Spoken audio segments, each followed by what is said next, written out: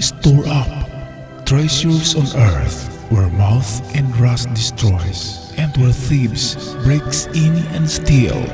Matthew chapter 6 verse 19 to 14.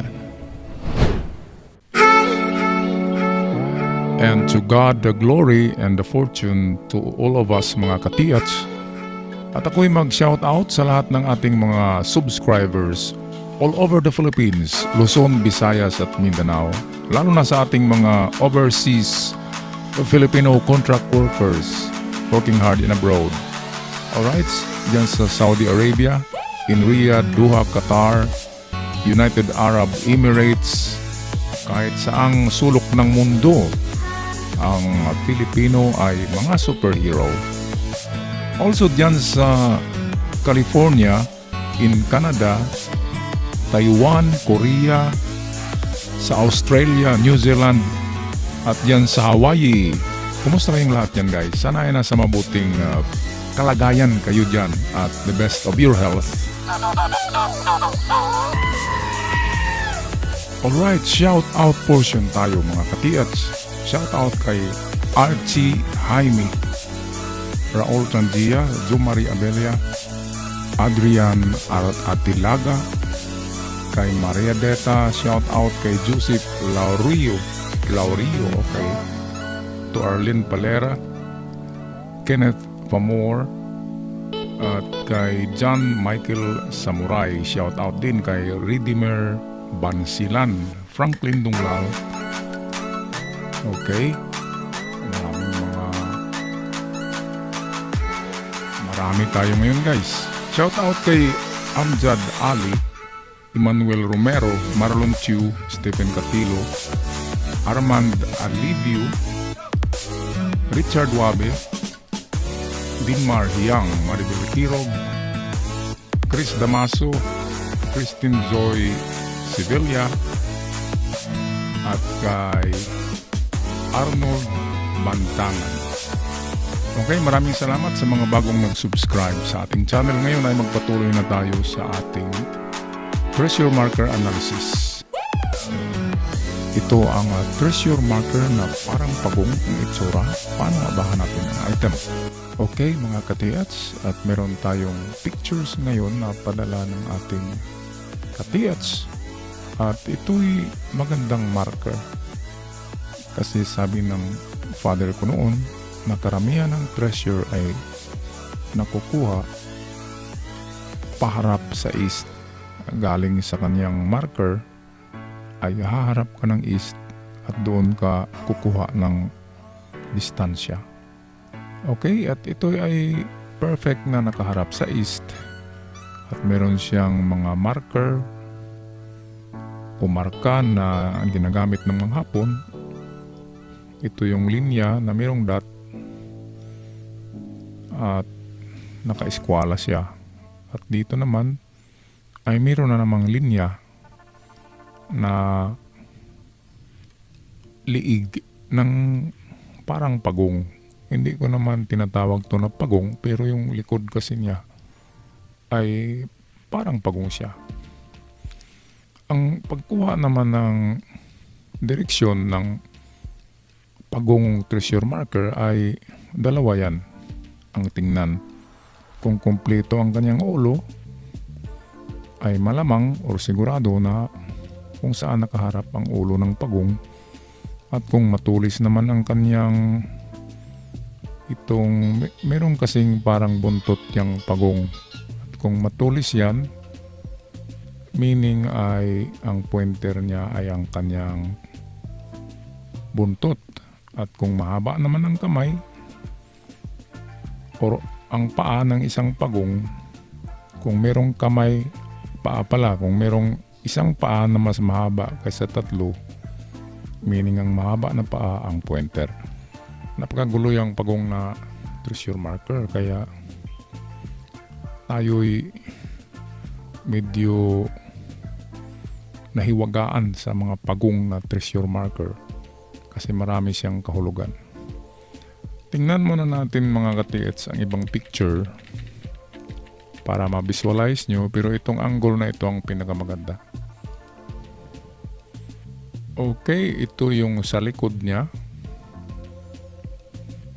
At sa likod niya ay tamang-tama talaga. Nandito yung treasure box sign. Nagaganyan. At kung saan open yan dito, diyan dadaan ang linya. Meaning to say, doon ang direksyon niya papunta kung saan open ang box. Kaya ito east at ang likod ay west, tamang-tama. Nasa east talaga ang item. Ngayon ito na may sa north. Wala gaanong marka sa north. Itong mga bilog, ito ay natural lamang. Ito yung treasure box sign.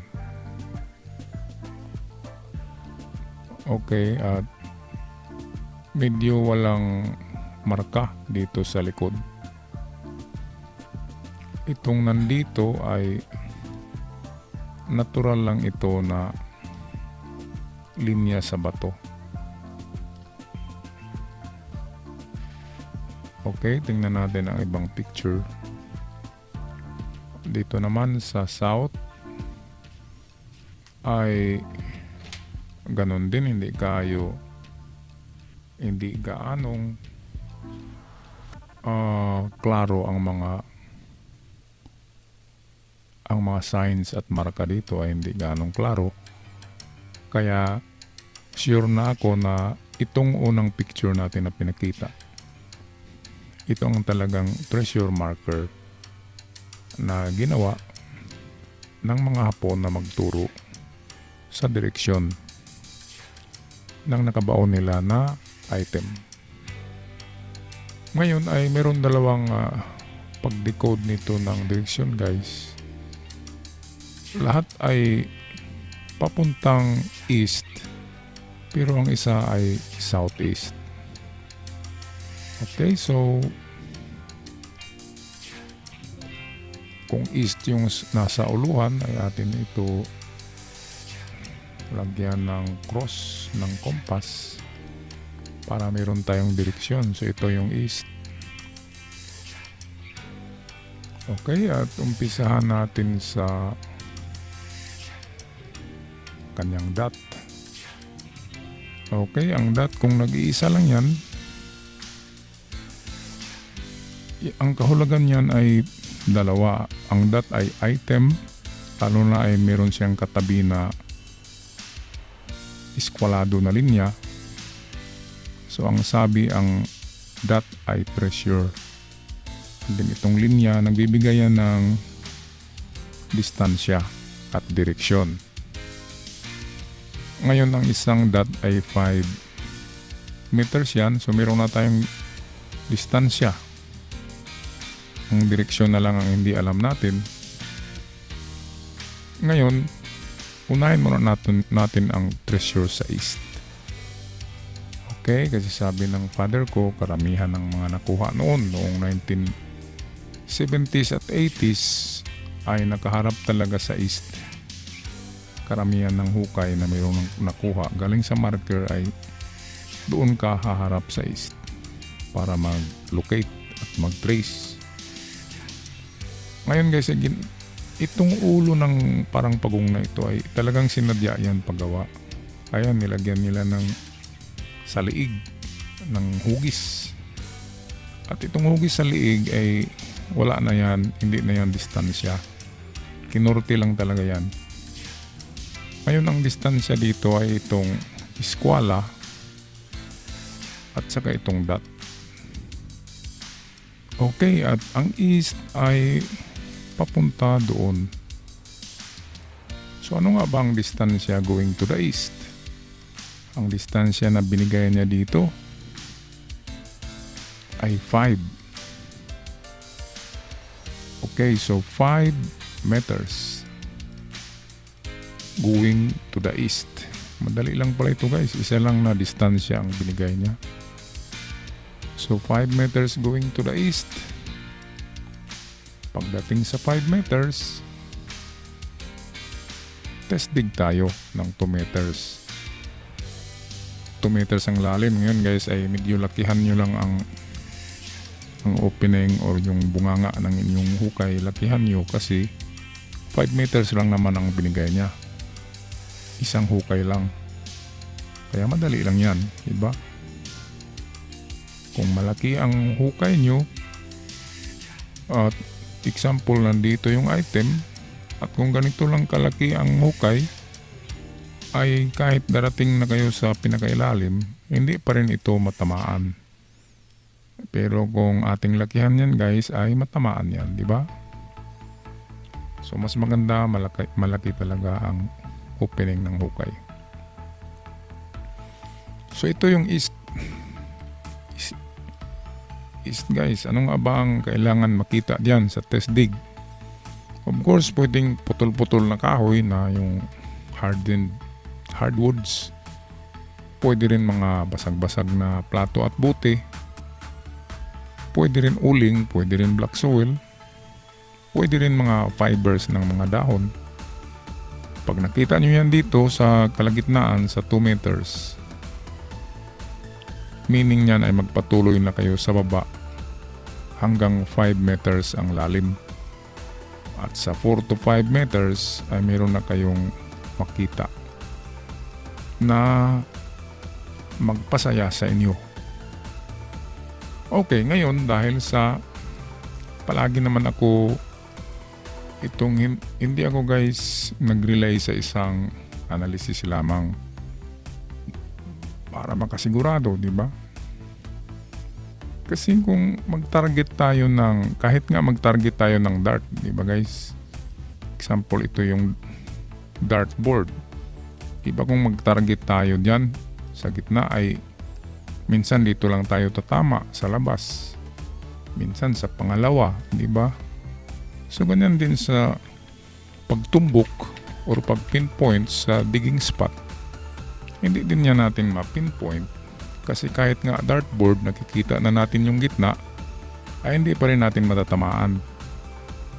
Kaya mas maraming hukay, mas maraming digging holes, mas malaki ang tsansa na meron kayong matamaan na item. Ngayon guys, yan ang ating first strategy. Sabihin natin ay wala tayong nakita dyan sa 5 meters east. Ito'y going to east. Ngayon, sundin natin ito. Itong eskwala at L. Ayan. Itong kasing mahaba na linya, ito ay direksyon na kung tingnan natin ay parang papunta doon. Pero baliktad kasi yan. Ang ibig sabihin ay papunta siya dito sa kabila. Okay, at kung dito naman tayo pupunta, tatamaan din natin ito. Kaya hindi tayo pupunta diyan. Tayo'y pupunta sa pinakasiko o pinaka-elbow nitong parang letter L. Itong naka-eskwala na linya guys. Ang ibig sabihin nito na nandito yung kanyang circle or dot, andin nakaganyan. Ang ibig sabihin yan ay treasure under. Kaya tayo pupunta diyan under sa pagong. Okay, ngunit hindi yan talaga under. Kaya kahit yung ganyan na parang V, yan ay 5 at ang dot ay 5 din, kaya nagsabi siya na 5 meters papunta rito. Okay, kunin nyo lang ang sentro ng dot at elbow nito para makuha nyo ang alignment. Itong sentro ng dot at saka itong elbow, yan ang ilinya nyo guys pag ganyan. So 5 meters, pagdating sa 5 meters, test dig kayo dyan ng 2 meters deep.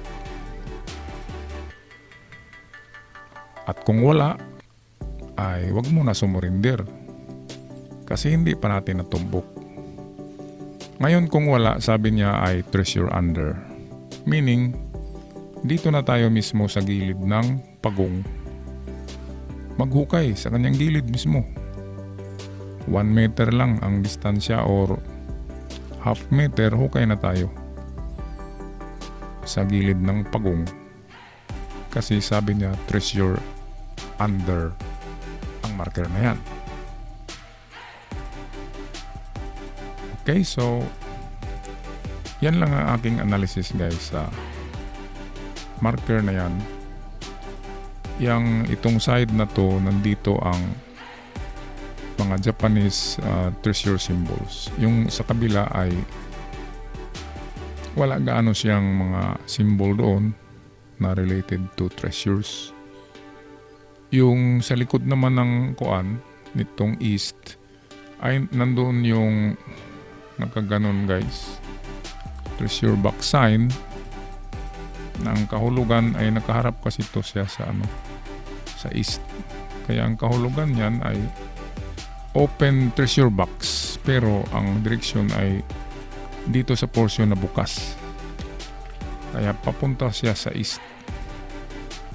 Ang treasure box ay nasa east. Yun ang sabi dito guys sa itong likod nito ng pagong papunta doon sa east. Kasi ito ay west, ito yung likod. At nandyan yung treasure box sign. Okay, so yan lang aking ibahagi sa inyo guys, yung ganyang treasure marker. At kung meron kayong magandang metal detector na makadetect hanggang 4 meters, pwede nyo rin gamitan dyan sa perimeter ng pagong. I-detect nyo ang kanyang perimeter na 5 meters distance ang palibot para sigurado talaga kayo kung saan yung merong detection ay doon kayo maghukay.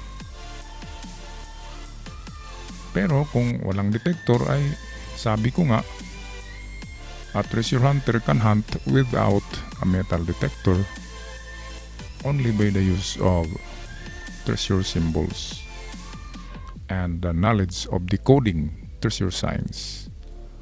Alright, hindi na ako magtagal guys at ako'y magpaalam na. Maraming salamat sa inyong pagtangkilik sa ating channel at pagsubaybay. May the fortune be with you. God bless you all and ciao for now.